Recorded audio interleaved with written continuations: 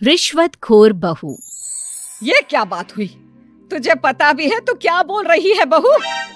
एकदम सही बोल रही हूँ। अगर आपको मुझसे अपनी इन ऐंठन भरे घुटनों की मालिश करानी है तो मुझे वो देना पड़ेगा जो मैं मांग रही हूँ। एक हाथ दो और दूसरे हाथ लो, सिंपल। बहू हूँ, इसका मतलब ये नहीं कि नौकरानियों की तरह काम करूँ। ये है अमृता और उसकी सास रेखा।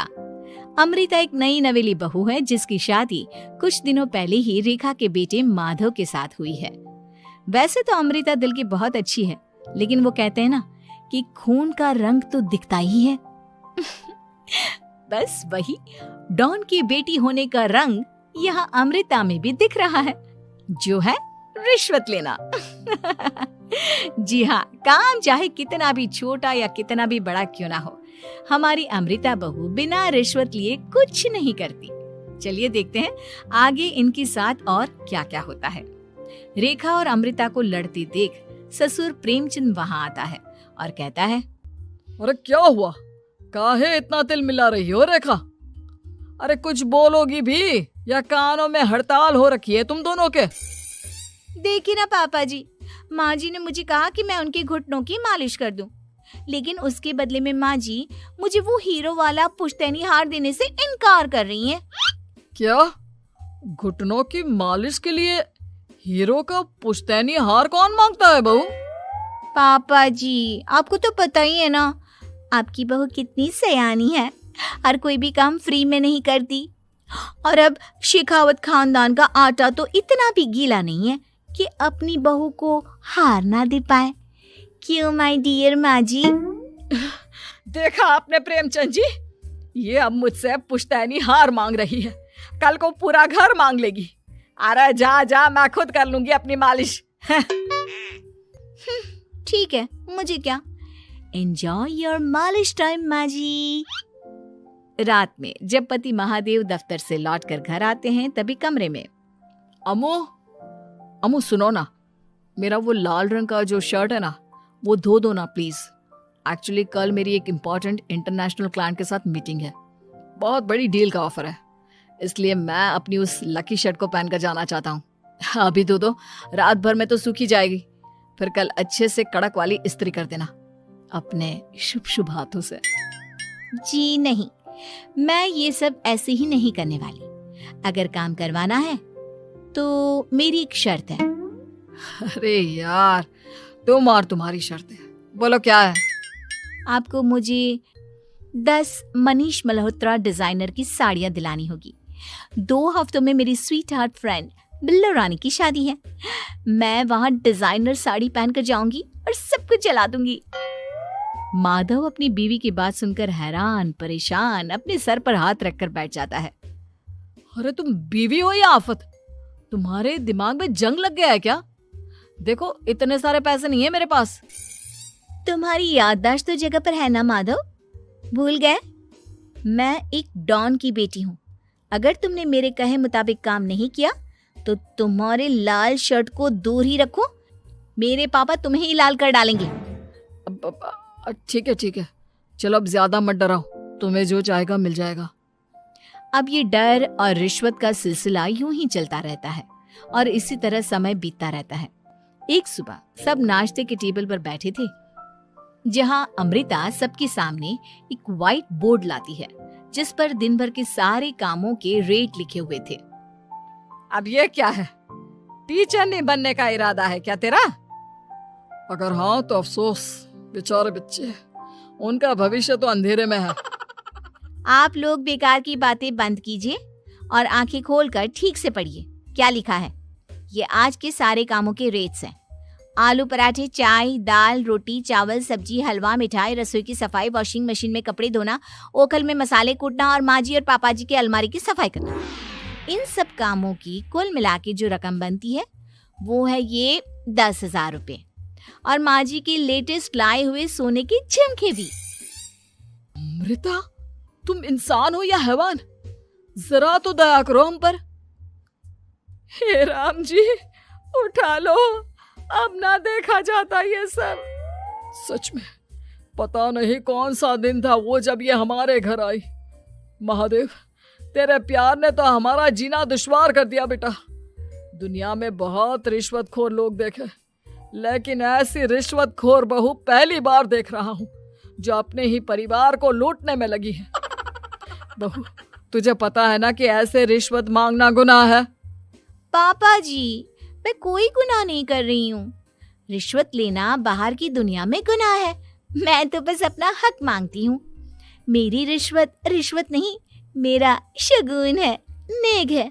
और वैसे भी मैं एक बहू हूँ, इसका मतलब ये नहीं कि मैं सब काम पूरी जिंदगी फ्री में करूँ, आपके चरणों को धोते बैठूं और 24 घंटे आपकी नॉन स्टॉप सेवा करती बैठूं। चलिए छोड़िए, नाश्ता और खाना चाहिए तो बोल दो जल्दी से, वरना मैं चली थिएटर। आज मेरे फेवरेट सलमान की पिक्चर रिलीज हुई है। इतना कहकर अमृता वहां से चली जाती है। इस बेवकूफ का जल्दी कुछ करना पड़ेगा। कुछ दिनों बाद घर में पूजा रखी थी और पूजा में 11 पंडितों का खाना बनाने के लिए कहा जाता है, वो भी नई बहू के हाथों से। देखो अमृता बहू, आज घर में पूजा है, 11 पंडितों को खाना खिलाना है। 56 भोग बना पाओगी? उन्होंने कहा है कि नई बहू के हाथों का खाना ही होना चाहिए, नहीं तो मैं रेखा को ही बोल देता हूँ। ओ कम ऑन पापा जी, खाना तो मैंने फ्री फंड में अपने घर में भी कभी ना बनाया, तो अब आपको क्या लगा कि पूजा का नाम लेकर आप मुझे अपनी झांसी में फंसा लोगे? अरे कल मुही, बस अब बस, पहले सुन भी ले क्या कह रहे हैं हम। तुम्हें जितने पैसे चाहिए, जितने तोहफे चाहिए, सब ले लेना, बस पूजा पाठ में कोई बाधा नहीं आनी चाहिए। ओहो, ये हुई ना समझदारी वाली बात। ठीक है, अब आप लोग निश्चिंत रहिए, मैं ऐसा खाना बनाऊंगी कि उन 11 पंडितों की 11 पुश्तें भी मेरे खाने के स्वाद को याद रखेंगी। अमृता पंडितों के लिए खाना पकाती है और पूजा संपन्न होने के बाद उन्हें केले के पत्तों पर खाना परोसती भी है, जिस पर खाने का पहला निवाला खाते ही वो क्या भोजन है। हम इतनी जगहों पर जाते हैं, लेकिन इतना अच्छा स्वाद तो काफी मुश्किल से चखने मिलता है। रेखा जी, प्रेमचंद भाई साहब, आप लोग सच में भाग्यवान हो कि आपको इतनी सर्वगुण संपन्न बहू मिली है, जिसके हाथों में साक्षात माँ अन्नपूर्णा विराजती है। सर्वगुण संपन्न, सबको संपन्न कर देगी यह खूंखार औरत। कुंडली मार कर बैठ गई है मेरे बेचारे बेटे के जीवन में। एक मिनट, अरे ये बात मेरे इस बूढ़े दिमाग में पहले कैसे नहीं आई? इस अमृता की बच्ची को मैं अपने घर से बाहर कैसे निकालूं? इसका उपाय तो पंडित जी के पास जरूर रहेगा। रेखा अगले दिन पंडित जी के पास जाकर उन्हें अमृता के बारे में सब कुछ बता देती है, जिसे सुन पंडित जी भी परेशान हो जाते हैं। अरे, ऐसी बहू तो 7 जन्मों में भी किसी को नसीब ना हो भगवान। देखिए रेखा जी, आपकी रिश्वतखोर बहू और आपके बेटे की कुंडलियों को जोड़कर देखा है मैंने, लेकिन इसमें तो यही बता रहे हैं कि ये आपके जीवन से कभी नहीं जाने वाली। इसलिए उसे सुधारने के लिए जल्दी आप लोगों को ही कुछ करना होगा, नहीं तो एक दिन वो आप लोगों को कंगाल करके ही दम लेगी। नहीं, ऐसा हरगिज नहीं होगा। मैं कुछ करूंगी, हाथ पे हाथ धरे नहीं बैठूंगी मैं।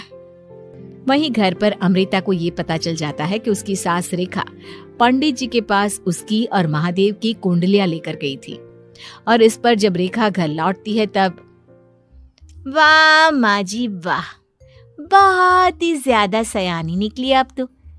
लेकिन मैं आपको एक बात बताना चाहती हूँ कि मेरी और महादेव की कुंडलियां जोड़कर पूजा पाठ और हवन करके भी कुछ नहीं मिलेगा, क्योंकि मैं ऐसी बला हूं जो आप सबकी जिंदगियों से अब कभी नहीं टलने वाली, फिर चाहे आप कितने भी टोटके हवन या उपाय कर लें। तो खुद को समझती क्या है रे बदतमीज, तुझसे बात करना तो दूर, मुझे तो तेरी शक्ल देखना भी नहीं पसंद। अब सास बहू के बीच एक अनकहा सा युद्ध छिड़ जाता है। दिन बीतने लगते हैं, लेकिन एक दिन अचानक रेखा की तबीयत हद से ज्यादा खराब हो जाती है और उसे सांस लेने में भी काफी दिक्कत और परेशानी महसूस होती है। जब उसे डॉक्टर के पास ले जाया जाता है तब डॉक्टर चेकअप करके कहते हैं, देखिए, मैंने सारे टेस्ट करके देख लिए हैं और रिपोर्ट्स को क्रॉस चेक करके ये पता चला है कि रेखा जी को गंभीर दिल की बीमारी है। उनके फेफड़ों में भी काफी सूजन आ गई है।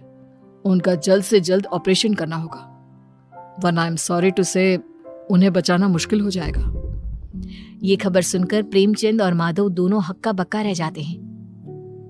लेकिन डॉक्टर साहब, कितने पैसे लगेंगे ऑपरेशन के लिए?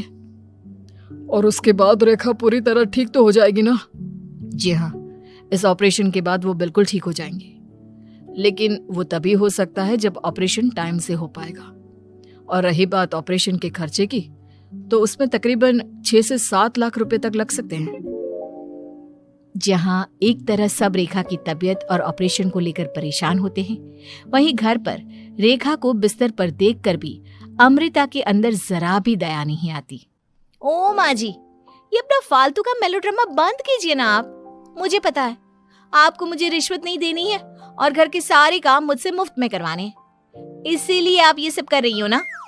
सीरियसली अमृता, ऐसे हालात में तुम ऐसी बातें कैसे कर सकती हो? हम यहाँ परेशान हैं कि ऑपरेशन कैसे कराएंगे, बैंक में इतने पैसे भी नहीं है, और तुम माँ को ताने सुना रही हो। अरे अमृता बहू, मैं भला ढोंग क्यों करूंगी? हम 6 से 7 लाख का बंदोबस्त कैसे करेंगे? करेंगे पापा, कैसे भी करेंगे।